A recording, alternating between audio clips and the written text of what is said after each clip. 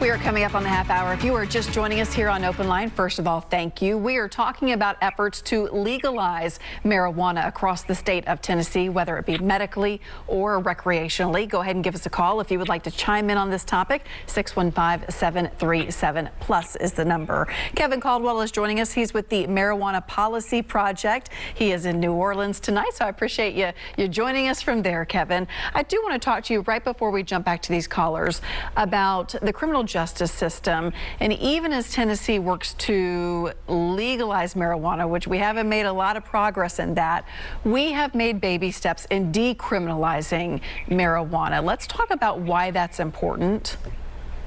Well, thank you, Carrie, for bringing that up, because it's an important topic. And that is that, and I've heard the comments that the governor and lieutenant governor and the speaker have made that they don't want to move forward on medical or legalization until the federal government changes its scheduling. That's their obviously their heartfelt belief, but there is a middle ground that they could do to limit the damages that the criminal justice system does to those 17,500 people a year that are getting arrested in Tennessee for possession of cannabis. And that's decriminalization. Memphis and Nashville tried to move forward in 2016 with a decriminalization ordinance, and then in the General Assembly in 2017 passed legislation that said that they couldn't do that. But when you look at not just the fact of going to jail, and in Tennessee, a possession charge can get you up to 11 months and 29 days incarcerated, and or up to a $250 fine.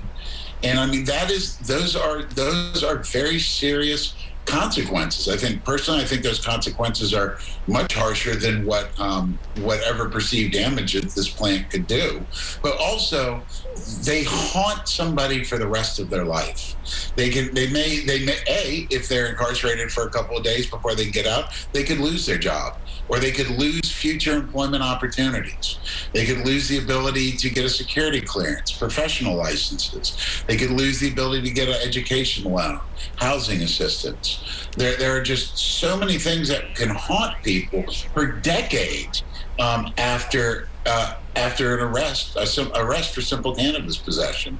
And I think that I think it's an important thing to remember that if the state's not quite ready to look at adult use, I mean, I certainly hope that we get a medical program so that the number of people who suffer so immensely can get some sort of relief that a medical program would give. And you have to remember, a lot of those 17,000 people would most likely qualify as a medical patient under a robust medical program. So the fact is you have patients who have to treat themselves or choose to treat themselves with cannabis facing criminal sanctions that just makes an already tough life that much harder. And then when you look at the disparities of enforcement, in Tennessee, it's 3 times more likely that African Americans are arrested rather than whites, even though usage is about the same. You have a couple counties in Claiborne County and Carter County up in the eastern part of the state that the numbers are just there. It's 19 times, 15 times racial disparities. And even in the Nashville area, and I want to make sure I get these numbers right, but Williamson County, which I believe is just to the south of 10 times more likely that an African American is being arrested than a white individual. And in Lawrence County, it's 10, or both of them are in the 10.74 and 10.24 times more likely. So if you cannot justly and equitably enforce a law, is it a just law? I mean, that's a question that I've pondered a lot, and it's part of the reason that I got involved in the work that I am. Interesting. Okay, let's get back to the phone lines because we have a lot of calls to get through. Okay. Chris is on the line. Hi there, Chris. Thank you for your patience. Go ahead. Hey, Carrie. How are y'all tonight? Good. Thank you.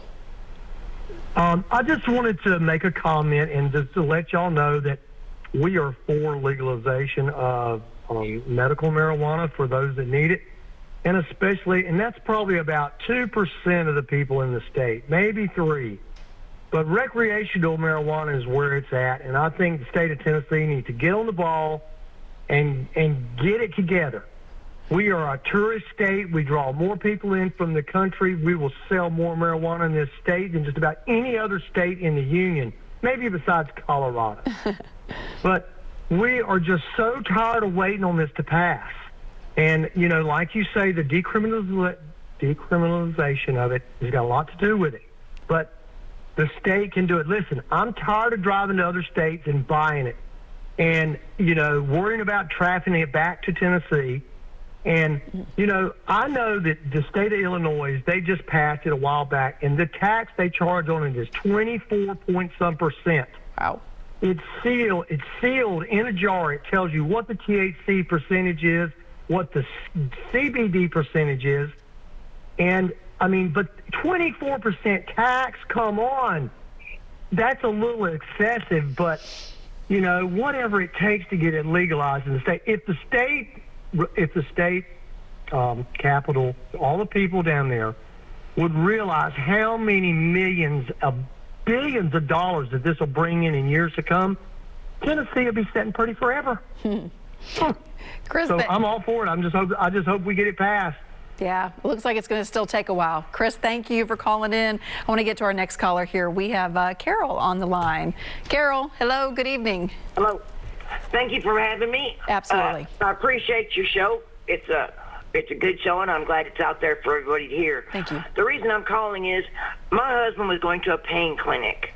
They gave him opiates, morphine. He told them the morphine was not helping. He told them to keep their morphine. He smoked marijuana. That took care of his pain, where morphine didn't. They need to at least legalize medical and then go farther with testing.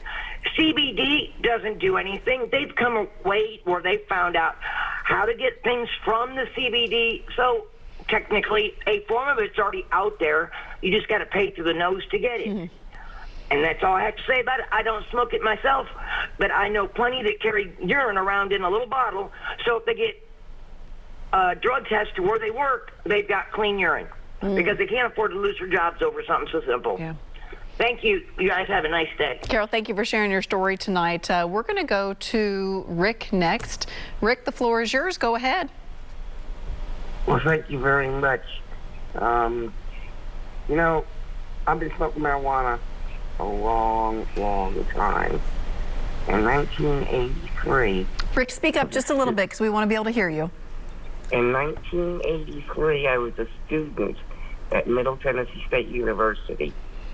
I lived in married student housing with my wife and my daughter.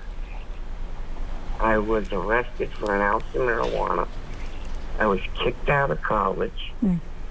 My family was thrown out of the dorms.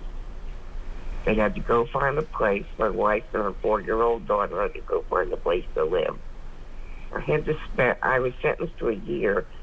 I was supposed to do 3 months and 18 days, but I actually did 11 months because the prison was so overcrowded.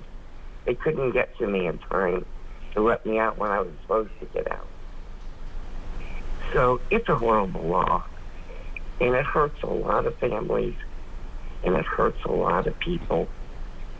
Not the marijuana, the law.